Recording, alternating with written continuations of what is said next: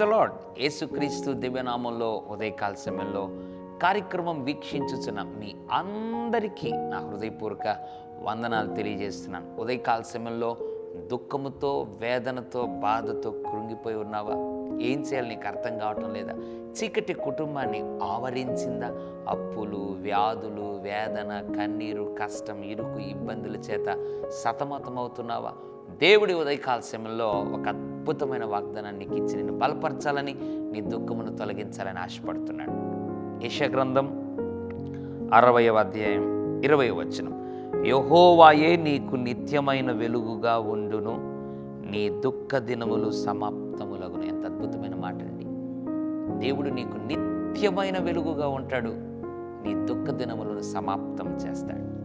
ఇంక నీకు దుఃఖ దినములు ఉండవు. ఇంతవరకు బిడల ద్వారా, భర్త ద్వారా, భార్య ద్వారా, బంధువుల ద్వారా, స్నేహితుల ద్వారా, సమస్యల ద్వారా, వ్యాధుల ద్వారా, అప్పుల ద్వారా, పరిచర్లో, ఇంట్లో, పనిచేస్తున్న స్థలంలో, రకరకాల స్థలాలలో, పరిస్థితులలో దుఃఖపడ్డావు. వాస్తవమే. దేవుడు అంటున్నాడు, ఇక మీదట నీ దుఃఖ దినములు సమాప్తములు కాబోతున్నాయి. Praise the Lord. ఎలా కాబోతున్నాయి?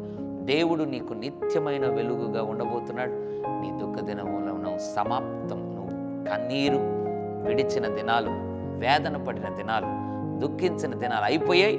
నూతన కార్యమును దేవుడు నీ జీవితంలో చేయబోతున్నాడు. నమ్ము, విశ్వసించు, దేవుని కార్యాలు చూస్తావు. పరిశుద్ధ తండ్రి, నీకు వందనాలు.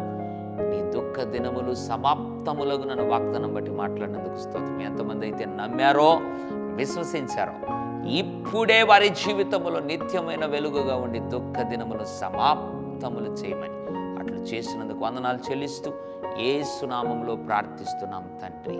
Amen, amen. God bless you.